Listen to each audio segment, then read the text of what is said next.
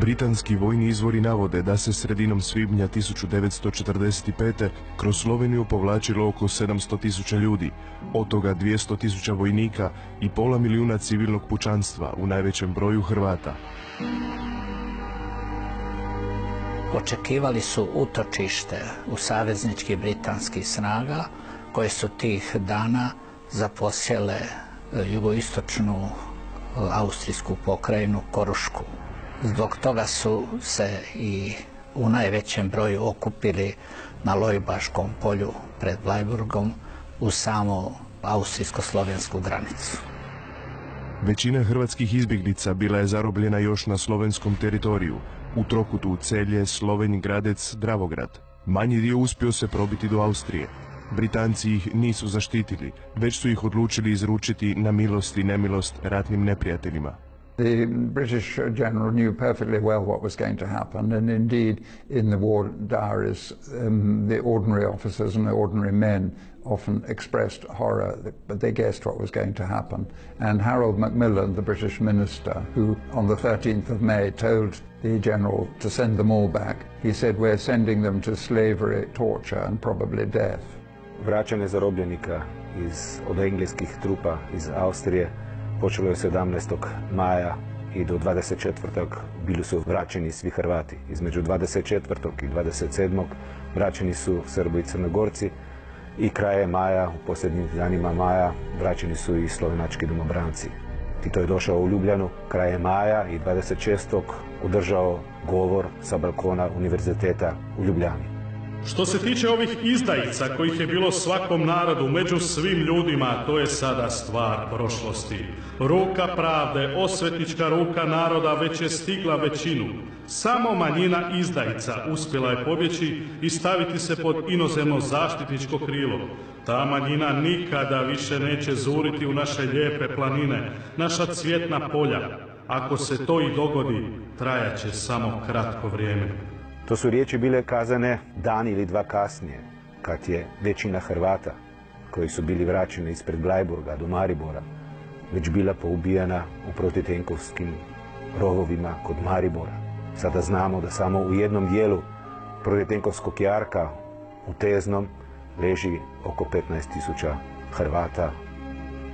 Ta zbivanja poznata su u hrvatskoj povijesti pod nazivom Blajburška tragedija, po obližnjem gradiću Blajburgu, gdje je započela, ili križni put hrvatskog naroda 1945. po kolonama smrti koje su upućivane prema rumunjskoj granici, bugarskoj, prema makedonskoj granici, pa čak sve do Soluna u Grčkoj. U mnogim kućama se o tome desetljećima tiho govorilo, s tim se živjelo i to je svakako dio identiteta velikog dijela hrvatskog naroda.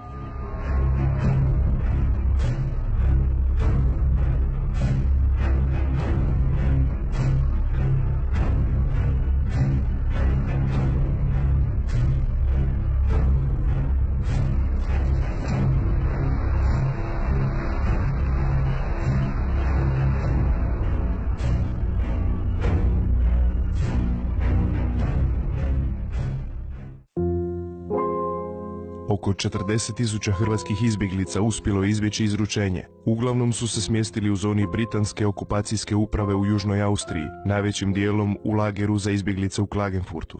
Među preživjelim hrvatskim izbjeglicama, tada i razoružanim vojnicima koji su bili po logorima uglavnom u britanskoj okupacionoj zoni u Austriji, proširile su se vijesti zapravo što se događa sa onima koji su bili izručeni Jugoslaviji.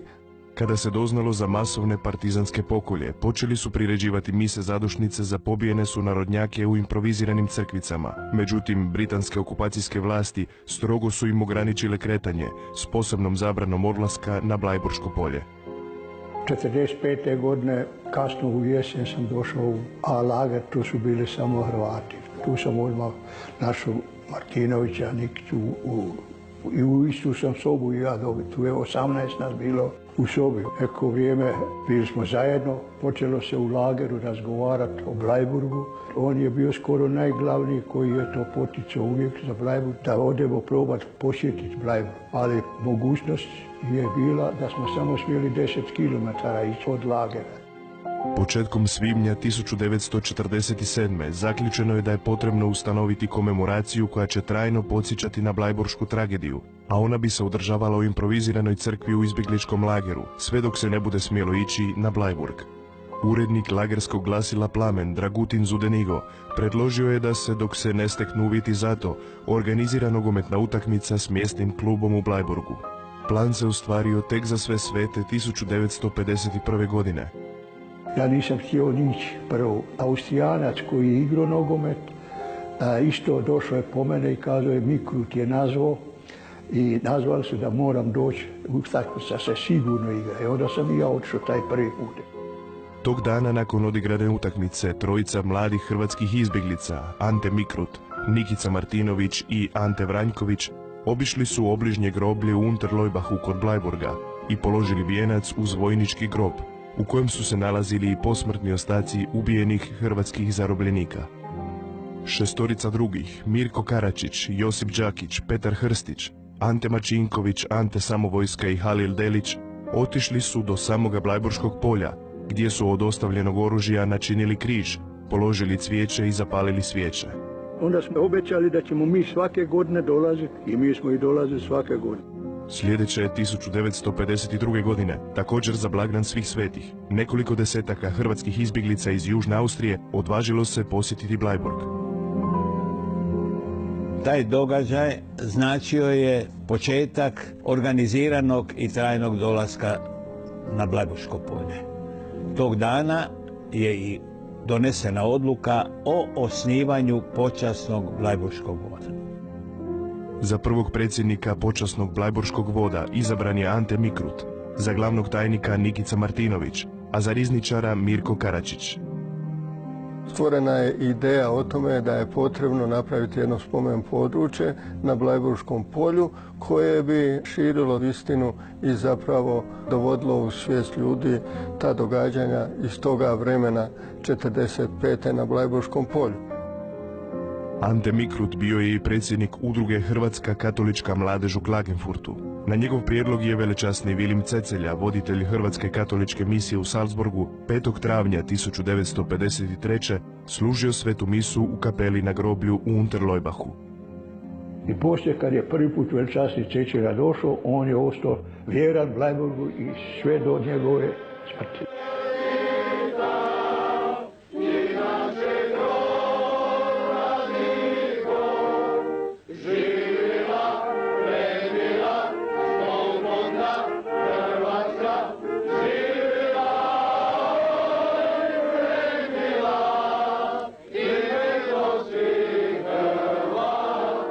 Glavna aktivnost nakon osnivanja počasnog Bleiburškog voda bila je organizacija komemoracija za žrtve Bleiburške tragedije i Hrvatskog križnog puta.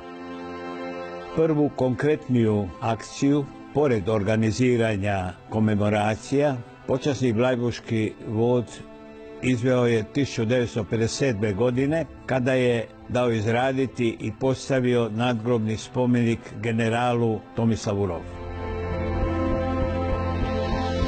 General Tomislav Rolf predvodio je jednu hrvatsku izbjegličku kolonu u svibnju 1945. koja se u dobroj vjeri predala britanskoj vojsci. Bili su na prevaru izručeni partizanskim jedinicama. General Rolf se u tome odlučio da on neće da ga se izruči, nego se otrovo. Mikrut je 1960. protjeran u Veliku Britaniju, što je opravdano njegovom nedopuštenom političkom aktivnošću u Austriji kao neutralnoj državi. Mikruta je naslijedio Mirko Karačić, Nikica Martinović je ostao glavni tajnik, za rizničara je izabran Ilija Abramović. Za potrebe komemoracije 1966. kupljeno je 2000 kvadratnih metara zemljišta na Bleiburškom polju. Ovu treba zemlju kupiti, meni je rekao Ilija, hoćeš ti prepisati na tebe zemlju. Ja sam rekao, ja hoću prepisati, meni prijeti velika opasnost za mene i za moju familiju, za moju djecu. UDBA je prijetila meni i imam još pisma, prijeteća pisma koja je pisana da moram se riješiti toga, da ne smijem uzimati. Ja sam Iliji rekao, slušaj, ja uzimam zemlju, ako treba umrijet ću. Sve do kupnje zemljišta na Blajburškom polju, komemoracija se priređivala za sve svete na obližnjem groblju u Unterleubachu. Od 1967. glavna komemoracija održava se i na hrvatskoj zemlji na Blajburškom polju. Jedan od austrijskih vlasti koji je dobar, tako kaže on, vi ne možete drugačije dobiti to, a dobit ćete ga sigurno na majčin dan, kada svoju majku možete izvoditi kud koliko hoće, to ne može niko zabraniti. I tako smo onda dobili da smo na majčin dan počeli dolaziti onda. I onda od uvijek je ostalo to majčin dan i svi sveti.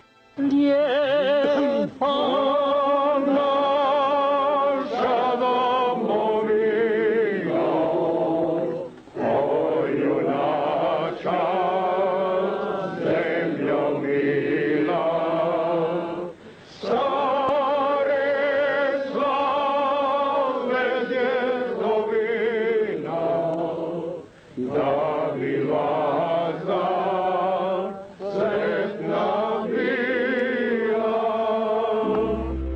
Beograd je početkom 60. godina delegirao slovensku UDBU za strogi nadzor rada počasnog Blajburškog voda. Kein anderer Geheim- bzw. Nachrichtendienst in Kärnten war ähnlich aktiv wie der jugoslawische Geheimdienst. Weit über 100 Personen stehen in Kärnten auf UDBA-Listen Urlaub. Nakon 2 desetljeća rada, dosije slovenske UDBE o počasnom Blajburškom vodu imao je 5000 stranica. Beograd je pak bio nezadovoljan radom austrijske policije. Ofenzivna akcija bio je eufemizam za bombne atentate, diverzije, likvidacije, otmice i slično, koje su jugoslavenske tajne policije izvele oko 100 njih protiv hrvatskih političkih imigranata u razdoblju od 1945. do raspada jugoslavenske komunističke države. Prva ofenzivna akcija protiv počasnog Blajburškog voda izvedena je na majčin dan 1966. podmetanjem bombe u gostionici kod Blajburškog polja, gdje je priređen ručak za hodočasnike nakon komemoracije. U izvješću dvojice mariborskih agenata UDBE detaljno je opisano priprema atentata. No, bomba nije bila dobro izrađena, pa tako nije došlo do željenog učinka. U ljeto 1972. započela je žestoka akcija UDBE protiv velečasnog Vilima Cecelje. Beograd ga je optužio pred austrijskim vlastima da je povezan s ustaškim teroristima. Velika istraga koju je tada pokrenula austrijska policija rezultirala je time da nisu pronađeni nikakvi dokazi koji bi potvrdili beogradske optužbe. Nemojte čekati nikakovih zapovjedi. Nemojte čekati nikoga da će dirigirati. Svaki od nas mora biti dirigent i svaki od nas mora izvršiti ono što mu srce i duša za Hrvatsko nosi. S tim se raziđemo, u tom duhu radimo i Hrvatska će brzo biti slobodna. Hvala vam. Usprkos svim optužbama koje su išle na račun Cecelje, može se slobodno konstatirati na temelju postojećih izvora da je Cecelja imao popriličnu podršku i Svete stolice i vrhova katoličke crkve u Hrvatskoj, posebice kardinala Šepera, koji je uvijek čvrsto stao u njegovu obranu u svim napadima sa jugoslavenske strane. Tada je u jugoslavenskoj centrali UDBE donesena odluka da se velečasnog Cecelju ilegalno dovede u Jugoslaviju. U centralnom arhivu sloveničke UDBE vidi se da je otmica velečasnog Vilima Cecelje bila vodena pod kodnim imenom Duj 3. Otmica nije uspjela, no dokumentaciju koju su kod njega ukrali saradnici slovenačke UDBE, najvažniji dokument bio je propoved koji je trebao velečasni održati u sljedećoj misiji. Nakon velečasnog Cecelje, glavna udbina meta postao je Nikica Martinović, glavni tajnik počasnog Blajburškog voda. Martinović je početkom 1975. vodio pripreme za obilježavanje 30-godišnjice Blajburške tragedije. Jugoslavenske tajne službe su pokušale sve učiniti da to onemoguće i da se istina o tome ne sazna. Nikica Martinović se 17. veljače 1975. po običaju malo iza 18 sati dovezao automobilom na posao i parkirao ispred svoje trgovine cvijećem i povrćem u Klagenfurtu. Očigledno je da je imala slovenačka UDBA zadatak neposredne pripreme likvidacije hrvatskog emigranta Nikice Martinovića i u tome smislu su poduzeli sve potrebne akcije da se ta radnja obistini. Ubrzo nakon Martinovićeva ulaska u trgovinu odjeknuli su hici. Sve se odigralo munjevito. Atentatori su neopaženo pobjegli. Dotrči jedan od ruskog imigranta, sin koji je mlađi od nas bio, ali je dotrko meni i kaže: Ilija, pucali su na Martinovića. I ja odmah sam pritašao 100 metara gdje smo od lagera, od toga ima 150 metara možda od te gostionice. Došao sam tamo, već je Martinović bio odvežen. Ilija Abramović je nekoliko tjedana nakon ubojstva Nikice Martinovića dobio pismo s uputom da u garderobi na željezničkom kolodvoru treba podignuti nekakav kofer. Otišao sam sa tim pismom kod šefa policije, dr. Winklera, dobio sam to, evo sada, kaže on, onda sam ja na mom slabom njemačkom jeziku priveo to, kako sam ja znam, kaže Ilija, to je šala, ja kažem, pa onda vidite, donesite ga, ja neću ispod. I na kraju se on pridomislio i kaže da će poslati sa mnom jednog policajca da ide samo da donese lijep kufer, novi, ne mora biti ljepše, pozadi su ga prorezali i otvorili i u tome kuferu su bila 2 samokresa, 2 kile dinamita, 3 UNO uniforme i još koje kakvih stvari, ja ne znam sam šta je. Onda sam nakon toga, onda je meni taj doktor Winkler kazao mi je, ajmo Ilija, kaže, to nije šala. Atentata nije bio pošteđen ni tadašnji predsjednik počasnog blajburškog voda Mirko Karačić. Agenti UDBE postavili su 8. svibnja 1976. bombu pred ulaz u njegov restoran u Klagenfurtu. Da Mirko Karačić tog jutra nije zakasnio u gostionu, on bi bio žrtav bombnog atentata. To je zaključak policijske istrage austrijske policije.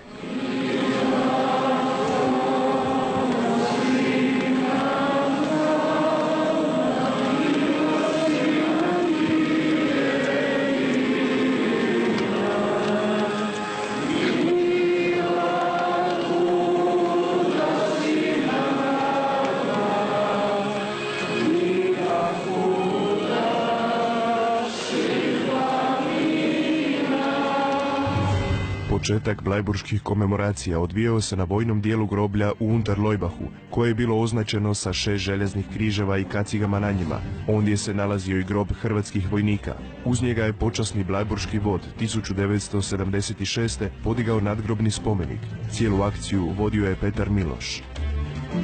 Spomenik je svečano otkriven prilikom komemoracije u svibnju 1977. a blagoslovio ga je velečasni Vilim Cecelja. Petar Miloš bio je od ranije poznat kao aktivan u vodstvu počasnog blajburškog voda. Na primjer, njegova ideja je bila još 1963. da počasni blajburški vod treba vlastiti snijeg. Počasni blajburški vod je 1983. podigao nadgrobni spomenik na mjesnom groblju u Eisenkapeli, mjestu 20 km jugozapadno od Blajburga, gdje je bilo pokopano 14 ubijenih hrvatskih vojnika. Sljedeći cilj bio je postaviti spomenik na samom Blajburškom polju. Božja providnost je dala da smo napravili spomenik i u groblju i ovdje i u Eisenkapeli. Ja zahvaljujem se svoj braći i prijateljima koji se žrtvovali, bilo materijalno, bilo moralno, bilo koji su došli od srca i od duše, da se pokrije sjenama palih boraca, sjenama naše mladosti od 18 do 40 godina. Neka im je vječna slava. Veličasni Cecelja posljednji put je predvodio misno slavlje na Blajburškom polju 1989. Umro je nepuna 2 mjeseca kasnije, 3. srpnja 1989. u predvečerje uspostave samostalne Hrvatske države. Nakon smrti velečasnog Cecelje organizaciju je preuzela Hrvatska katolička misija u Klagenfurtu. U to vrijeme voditelj misije u Klagenfurtu bio je pater Sebastijan Golenić i on je najuže surađivao s vodstvom počasnog blajburškog voda. U svibnju 1990. nekoliko tisuća Hrvata iz domovine Hrvatske i Bosne i Hercegovine prvi put su mogli slobodno doći na komemoraciju na Blajburško polje. Video snimku posljednje Blajburške komemoracije prije raspada komunističke Jugoslavije možemo zahvaliti Sloveničkoj UDBI. Vidi se iz arhive da je saradnik Sloveničke UDBE iz Mariborskog centra Kornime Hanzi, pravimo Milan Dorić, brižljivo pratio sve što se događalo na Blajburškom polju. Prvi višestranački izbori u Hrvatskoj donijeli su sa sobom dašak slobode i demokracije. I've come here to Bleiburg Field, I think, 4 or 5 times now over the last 10 years. I think the first time there were maybe only 200 people, just like the front of the crowd here. And it's a great honor for me to be here for the first time when people can come freely from a free Croatia. Sve do demokratskih promjena, gotovo znači do kraja komunističke vlasti, Blajburg se nije niti spominjao. Znači on je imao pravo javnosti, o njemu se nije govorilo, šaptalo se praktično u kućama onih koji su stradali i to ne baš u svima. O žrtvama Blajburga i križnih puteva prvi put sam govorio na Saboru Hrvatske demokratske zajednice 25. veljače 1990. Iza toga 1991. godine kao pomoćnik ministra unutarnjih poslova nosio sam vijenac na Blajburško polje i to je prvi put da je službena Hrvatska došla do Blajburga. Nakon uspostave samostalne i suverene države, politički vrh bio je svjestan da je Blajburška tragedija ostavila duboke kolektivne traume u hrvatskom narodu. Dana 8. listopada 1991. godine Hrvatski je sabor donio zakon o utvrđivanju ratnih i poratnih žrtava Drugog svjetskog rata. Kolika je vrijednost ovog zakona vidi se iz toga da je donešen neposredno poslije odluke Hrvatskog sabora o raskidu državnopravnih sveza s bivšim republikama u bivšoj Jugoslaviji. Na temelju tog zakona već početkom 1992. osnovana je Državna komisija za utvrđivanje ratnih i poratnih žrtava. Osim u Hrvatskoj, takva je komisija osnovana i u Sloveniji. Prije 16 godina u Republici Sloveniji počeli smo evidentisati ova prikrivena grobišta koja nisu smjela da postoje u prošlim decenijama. Sada znamo da ih ima danas 642. A istraživanja ovih prikrivena grobišta počela su tek od 2006. godine. Na osnovu izvora imamo evidentisanih oko 145 grobova gdje bi bili hrvatske žrtve. Nažalost, Hrvatska državna komisija za utvrđivanje ratnih i poratnih žrtava ukinuta je prije nego što je završila svoj posao, pa se ni danas ne zna konačan broj poslijeratnih žrtava. Zapravo kroz vrijeme kratko kroz koje je djelovala, prikupila je preko 85.000 žrtava imenom i prezimenom istoga razdoblja. Legaliziranjem istraživanja i utvrđivanja istine o broju, mjestu i okolnostima stradanja žrtava Blajburške tragedije i križnog puta hrvatskog naroda, pružena je zadovoljština dijelu desetljećima zanemarivanog i diskriminiranog hrvatskog naroda i društva.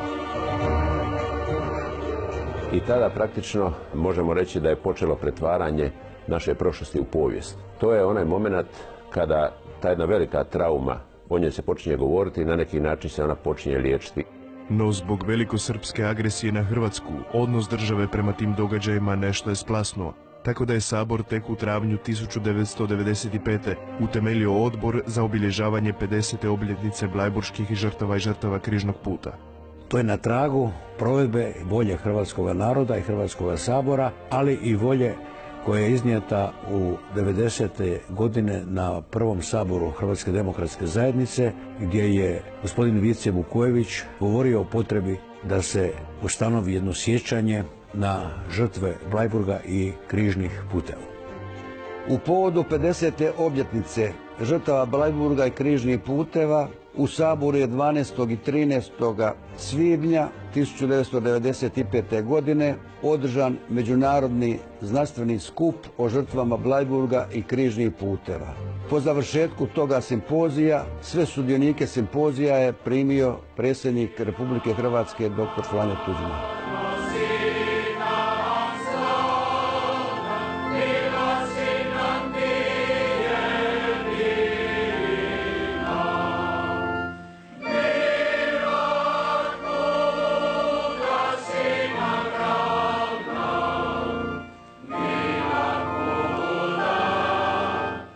Te godine je komemoracija prvi put održana pod pokroviteljstvom Hrvatskog državnog sabora i u nazočnosti njegova predsjednika Nedjeljka Mihanovića. Moramo biti svjesni da naša današnja hrvatska vojska i naši branitelji nisu u ovome Domovinskom ratu pobjedili da bismo ponovno doživjeli još krvaviji Bleiburg i još okrutnije političko i nacionalno umorstvo hrvatskog naroda.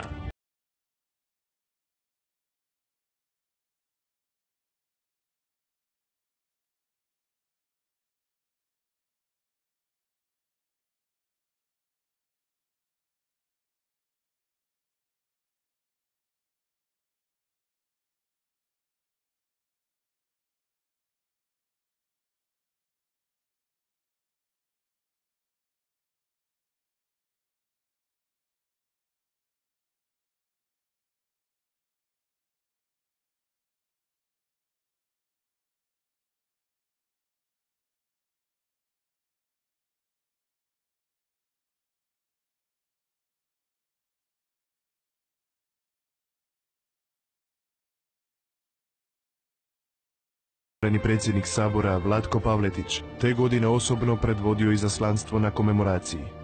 Bleiburg su sve postaje na dugom i iscrpljujućem križnom putu. Bleiburg je i Daksa, i Škabrnja, i Jazovka.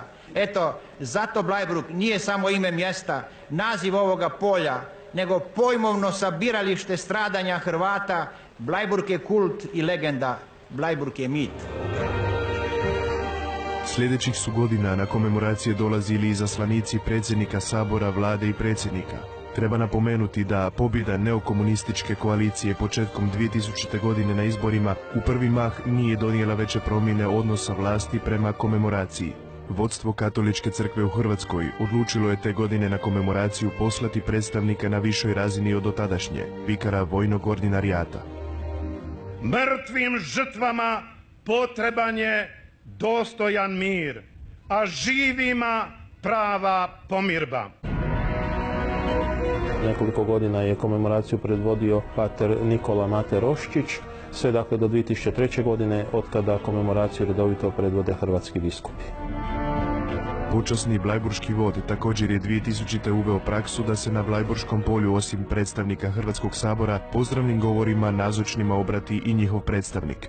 Skujmo ljudskost ovdje prema vremenu koje nas čeka. Skujmo ovdje vjernost i ponos za svaku osobu koja je dala sve imenu svoga naroda. Prigodom središnje komemoracije 2002. nazočne hodočasnike na Blajburškom polju ispred tadašnje koalicijske vlasti trebao je pozdraviti potpredsjednik Hrvatskog sabora Zdravko Tomac. Ja sam odmah to prihvatio, iako sam bio svjestan velikog rizika u koji ulazim. Taj rizik je bio višestruk. Prvo, znao sam da većina u SDP-u će mi jako zamjeriti što ću ići na Bleiburg, pogotovo što sam ja želio tamo ići da se javno ispričam za ono što su komunisti napravili hrvatskom narodu, ne samo na Bleiburgu, nego i u cjelini. 2 dana nakon komemoracije, Blajburško polje posjetio je tadašnji predsjednik vlade Ivica Račan. Položio je vijenac i, kleknuvši, zapalio svijeću u spomenik pobijenim pripadnicima hrvatskih oružanih snaga. Želim odati počast, pokloniti se s pijetetom svim žrtvama ranijih u povijesti sukoba, ne dijeleći žrtve tih sukoba, neovisno u ime kojih ideologija i politika su zločini činjeni. Međutim, nakon Račanova povratka u Zagrebu slijedio je šok. Hrvatski sabor, u kojem je većinu imala koalicija pod njegovim vodstvom, ukinuo je komisiju za utvrđivanje ratnih i poratnih žrtava. On je balansirao i s jedne strane je to napravio, tu gestu, a s druge strane je odmah povukao i potez u drugom pravcu da zadovolji ove koji nisu za pomirbu, koji nisu odustali od ideoloških sukoba, sotoniziranja desnice, i zato je prihvatio prijedlog da se ukine komisija za istraživanje žrtava Drugog svjetskog rata. Posjet Ivice Račana, posljednjeg komunističkog prvaka u Hrvatskoj i Blajburškom polju, rezultirao je i nečim pozitivnim. 2003. godine su biskupi odlučili podići komemoraciju na Bleiburgu na jednu višu razinu i zajednički su donijeli odluku da Vijeće za hrvatsku inozemnu pastvu se uključi u organizaciju toga, a preko vijeća dakako i ravnateljstvo dušobrižništva za Hrvate u inozemstvu. Prvi hrvatski biskup koji je te 2003. predvodio misno slavlje bio je monsignor Želimir Puljić. Zapravo prvi hrvatski biskup koji je posjetio Bleiburg bio je kardinal Franjo Šeper. On je to učinio na Stepinčevo u veljači 1973. godine, potajno u društvu velečasnog Vilima Cecelje i Ilije Abramovića. Prije toga se sastao i razgovarao s članovima najužeg vodstva počasnog Blajburškog voda i izrazio im svoju podršku. 2003. godine nazočne je u ime počasnog Blajburškog voda pozdravio Anton Sujić, bivši hrvatski emigrant iz Sjedinjenih Američkih Država. Moji roditelji, a s njima i ja u utrobi moje majke, prošli smo 45. godine bespuća križnog puta. U kolonama smrti i mojeg su oca likvidirali zločinci jugoslavenskog režima, vjerovatno u Mariboru gdje je viđen zadnji put 21. svibnja 1945. godine. Moja majka je bila zatvorena u požeški logor u kojem sam se i ja skoro rodio. Prethodne 2002. godine hodočasnike je u ime voda pozdravio Ante Sarić, nekadašnji poznati aktivist u hrvatskoj emigrantskoj zajednici u Australiji. Prije 57 godina mene, koji sam imao 2 mjeseca, je moja majka nosila u naručju negdje u ovoj blizini, u općem metežu tražeći svog supruga, mog oca, svog brata i veliki broj prijatelja koje nikad kasnije nije susrela, niti je za njih više čula. Prisjetimo se samo koliko smo u našem životu sreli takvih hrvatskih obitelji. Ta velika stradanja koja su zahvaćala hrvatski narod, obitelj, pojedince i danas se živo osjećaju. I dalje se postavlja pitanje zločina, krivnje, oprosta, isprike i kajanja. General Ante Rosso, Ante Sarić i Anton Sujić bili su članovi vodstva kluba hrvatskih povratnika iz iseljeništva iz Zagreba, koji je okupljao nekoliko stotina bivših iseljenika iz cijeloga svijeta. Jedan poseban projekt u okviru brige za to naše iseljeništvo i upoznavanja bio je također istraživanje povijesti hrvatskog iseljeništva, stradanja, određivanja povijesnih određenja i tu jasno odmah dolazimo do pitanja Bleiburga, također i do pitanja Hrvatskog križnog puta. Klub je 2003. objavio knjigu o djelovanju počasnog Blajburškog voda Čuvari Blajburške uspomene. Pozvali smo članove Blajburškog voda da dođu iz Austrije na našu tradicionalnu večer kluba povratnika iz iseljeništva, na kojoj je Bože Vukušić predložio plan obnove i dogradnje spomenika u Bleiburgu.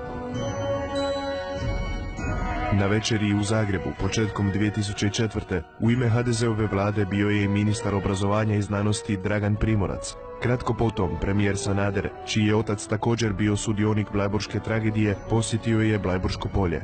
Obnoviteljski sabor počasnog Blajburškog voda održan je potkraj 2004. u prostorijama Hrvatske katoličke misije u Klagenfurtu. Za predsjednika je ponovno izabran Mirko Karačić, za dopredsjednika Omer Vrabac, za rizničara Ilija Abramović te za glavnog tajnika Bože Vukušić.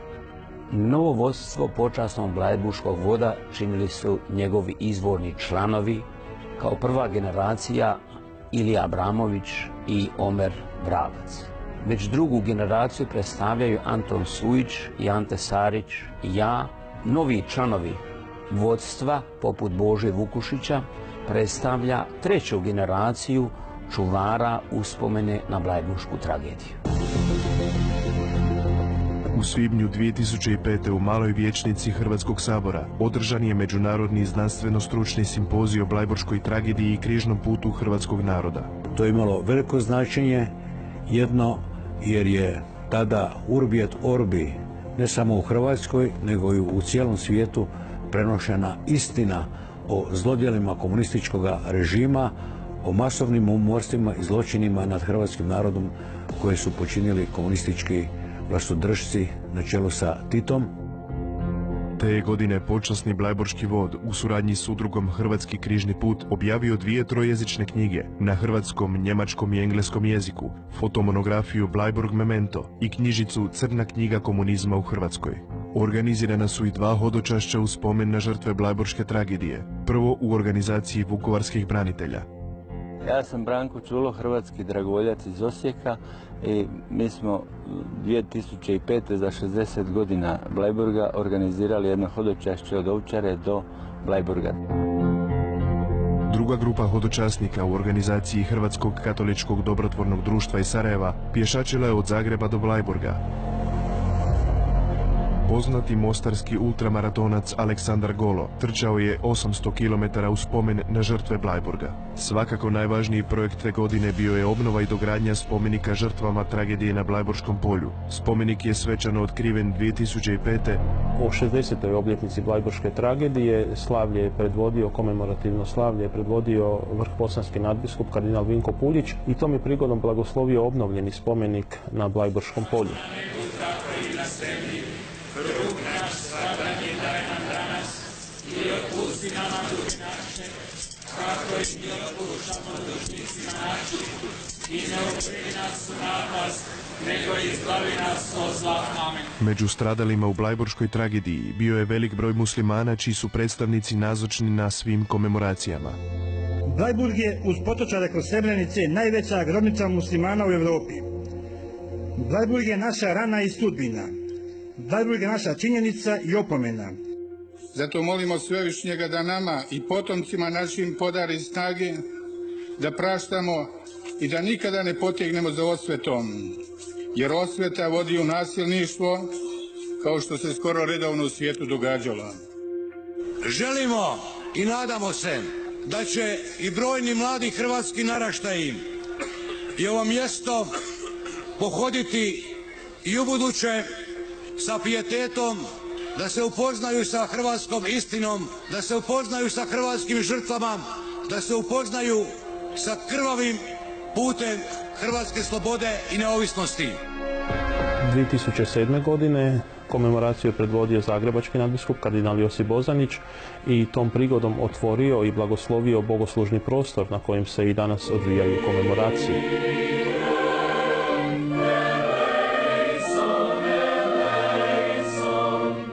Počasni blajburški vod intenzivno je surađivao sa slovenskim povjesničarima i istraživačima poratnih zločina i masovnih stratišta.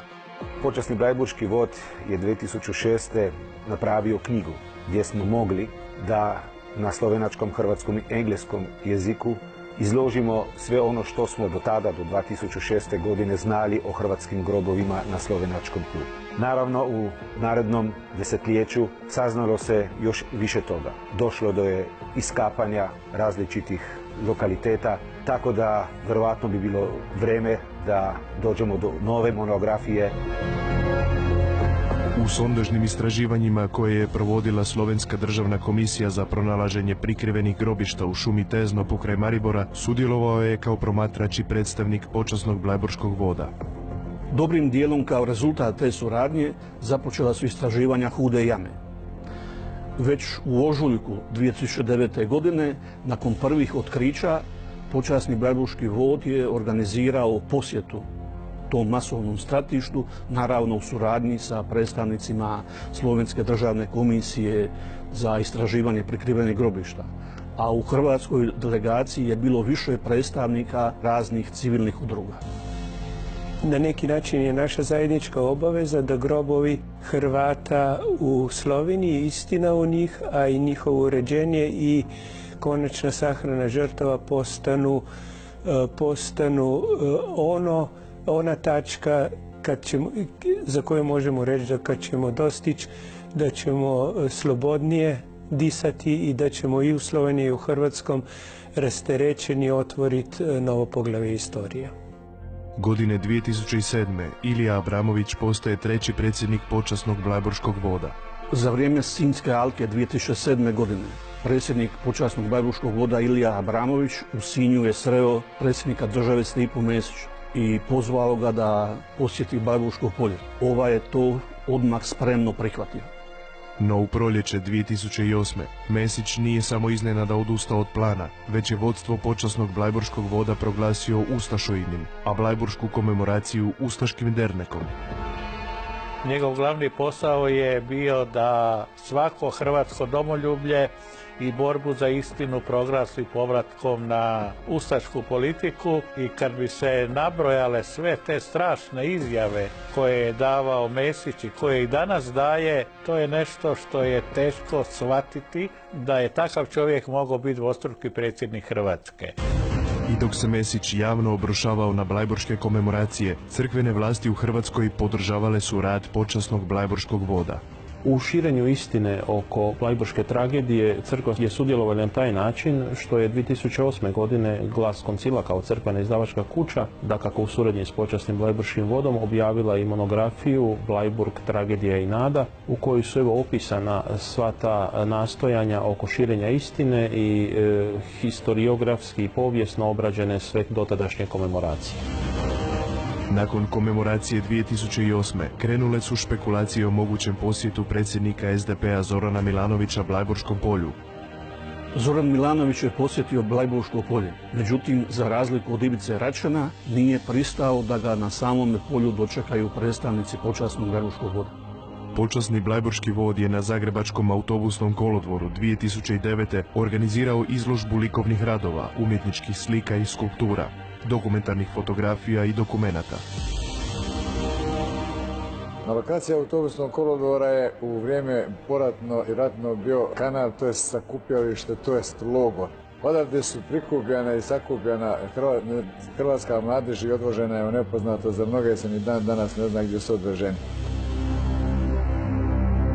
Ja sam živi svjedok, jedan od preživjelih koji su ovdje bili zatočeni u logoru koji se zvao logor na kanalu. Odavde sam nakon križnog puta bio dotjeran, a ovo je bio logor Ozre. U 2 mjeseca koliko je trajala, izložbu je vidjelo više od 1 milijun ljudi. 3 dana prije 65. obljetnice tragedije, Blajburško polje posjetila je tadašnja predsjednica vlade Jadranka Kosor. Mjesec dana kasnije, mjesto tragedije posjetio je i novoizabrani predsjednik države Ivo Josipović. Dođe do spomenika, to sam pružio i kažem ja da mi je velika čast da mogu pozdraviti predsjednika Hrvatske države nakon 65 godina. Je došao pokloniti se žrtvama Blajburga. On se jednostavno ukrenio od onog spomenika dole, odšao ko da ga je neko otjerao otale, da ćemo nešto napraviti. Ja sam ga promatrao i meni se čini ili od mržnje ili od straha, ko da će propati u onu zemlju. Tako sam ga ja cijenio. Čak se bled mi izgledao, ja ne znam kako. Josipović je okupljenim novinarima izjavio kako smatra da je s njegovim posjetom Blajburškom polju završio Drugi svjetski rat. Teško je reći šta je mislio, ali njegov cilj je da se prestane tražiti istina o tom šta se događalo. U proljeće te 2010. započela je gradnja vojnog groblja. To cjelovito spomen središte Blajburške tragedije trebalo je uključivati od kapelice spomenika do vojnog groblja i svih popratnih objekata koji bi trebali još uz to doći. Međutim, to su bila potrebna ogromna financijska sredstva. Tako da je taj dio također se morao na nekakav način razdvojiti, jer po cjelinama koje su bile zahtjevne i financijski i organizacijski. Cilj voda je bio prenijeti posmrtne ostatke i nadgrobne spomenike sa svih okolnih grobalja u Južnoj Austriji na jedno mjesto. No nakon Josipovićeva posjeta Blajburškom polju, austrijske vlasti počele su praviti smetnje. Promijenjeni su urbanistički planovi, tako da nakon te promjene na Blajburškom polju, na zemljištu u vlasništvu počasnog Blajburškog voda, više se ne bi smjelo ništa graditi. Unatoč tom problemu, počasni Blajburški vod započeo je novi projekt. Bista velečasnog Vilima Cecelje svečano je otkrivena i blagoslovljena prigodom središnje komemoracije 2011. Početkom te godine povjesničar Daniel Ivin zatražio je od predsjednika Hrvatskog sabora Luke Bebića ukidanje pokroviteljstva nad komemoracijom. Određene skupine jugoslavensko-komunističke orijentacije i ljevičari su u više navrata pokušali ukinuti pokroviteljstvo Hrvatskog sabora nad obilježavanju žrtava Blajburga i križnih puteva. Luka Bebić je odbio taj zahtjev, pa ga je Ivin ponovio početkom 2012. Ovaj put je predsjedništvo sabora prihvatilo prijedlog. To je jedna odluka koja je sebi nosila zamisao, jalovu, uzaludnu zamisao da će ukidanjem pokroviteljstva Hrvatskog sabora nad obilježavanjem žrtava Blajburga i križnog puta da će se zatvoriti istina. Za ukidanje pokroviteljstva glasovali su predsjednik sabora Boris Šprem i potpredsjednici iz redova vladajuće neokomunističke koalicije, a protiv su glasovali i članovi HDZ-a. To je bio uzaludan trud jer je nakon ponovne promjene vlasti obnovljeno pokroviteljstvo Hrvatskog sabora nad blajburškim žrtvama i križnog puta, tako da je taj jedan poguban potez jugokomunističke vlasti neslavno završio. Pokrovitelj komemoracije 2012. bila je Osječko-baranjska županija. Nekoliko dana kasnije, kad su vidjeli da svojim odlukama nisu i ne mogu ugroziti održavanje komemoracije na Blajburškom polju, predsjednik države Josipović, sabora Šprem i vlade Milanović posjetili su masovno stratište u šumi Tezno kod Maribora. U Tezno su došli sa svojom osobnom i političkom pratnjom, ali bez naroda i svećenika i s pretenzijom da tu lokaciju nametnu kao središnje mjesto komemoracije umjesto Blajburškog polja. Međutim, nisu ih dočekali predstavnici vlasti Republike Slovenije, koji su tako jasno izrazili svoj stav protiv premještanja Blajburške komemoracije u njihovu zemlju. Jedan od argumenata zašto bi to trebalo iz Austrije prebaciti u Sloveniju bilo je kako je to ipak u Austriji na stranom terenu u drugoj državi, kao da Slovenija nije druga država. Biološki i ideološki sljedbenici počinitelja zločina ponajmanje su pozvani određivati takovo mjesto žalovanja. Pokušajem izmještanja središnje komemoracije s Blajburškog polja htjelo se pokrenuti potpuno dokidanje Blajburške tragedije kao jednog od najvažnijih suvremenih nacionalnih identitetskih simbola. Svaka ideja negiranja Blajburga, svaka ideja premještanja komemoracije na neko drugo mjesto, o njoj se ne smije ni raspravljati, a kamoli ju prihvatiti. Ona je uperena protiv istine i ona je uperena protiv interesa hrvatskog naroda.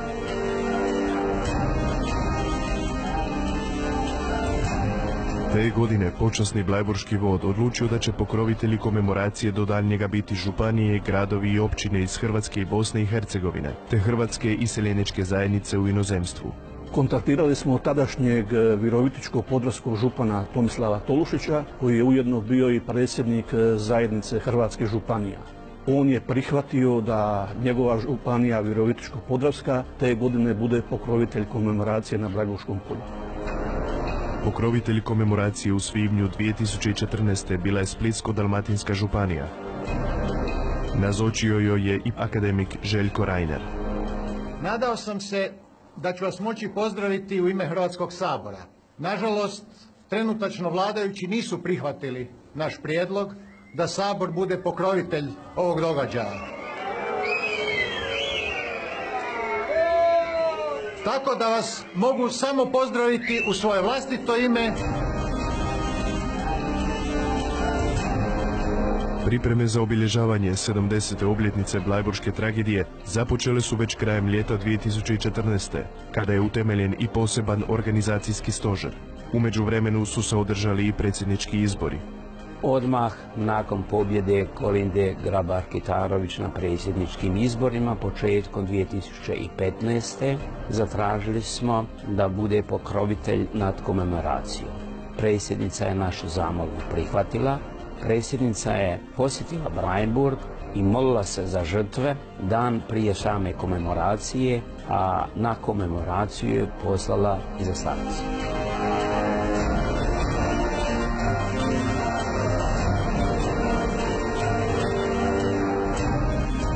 Pred doista dotad neviđenim mnoštvom naroda od preko 50.000 vjernika komemoraciju je liturgijski dio predvodio ponovno zagrebački nadbiskup kardinal Josip Bozanić. Supokrovitelj komemoracije bio je Hrvatski narodni sabor Bosne i Hercegovine. Došli smo na Bleiburg istini pogledati u oči, suočiti se s njom, jer kako stoji napisano, samo će nas istina osloboditi. Mi smo to radili iz razloga što je veliki broj stradalih Hrvata iz Bosne i Hercegovine na Bleiburgu, na sjeveru Slovenije, u južnoj Hrvatskoj. Dan uoči komemoracije 2016. Blajburško polje su posjetili premijer Tihomir Orešković i potpredsjednik vlade Božo Petrov.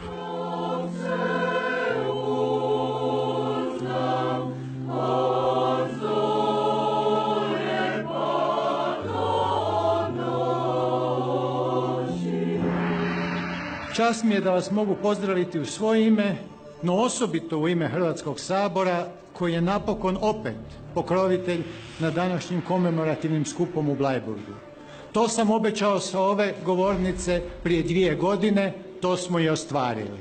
Počasni blajburški vod, kako i priliči, ponovno surađuje s najvišim hrvatskim državnim i nacionalnim institucijama, od Hrvatskog sabora, Ureda predsjednice, vlade, nacionalnih i političkih institucija hrvatskog naroda u Bosni i Hercegovini, biskupskih konferencija u Hrvatskoj i Bosni i Hercegovini, brojnih civilnih udruga u domovini i iseljeništvu.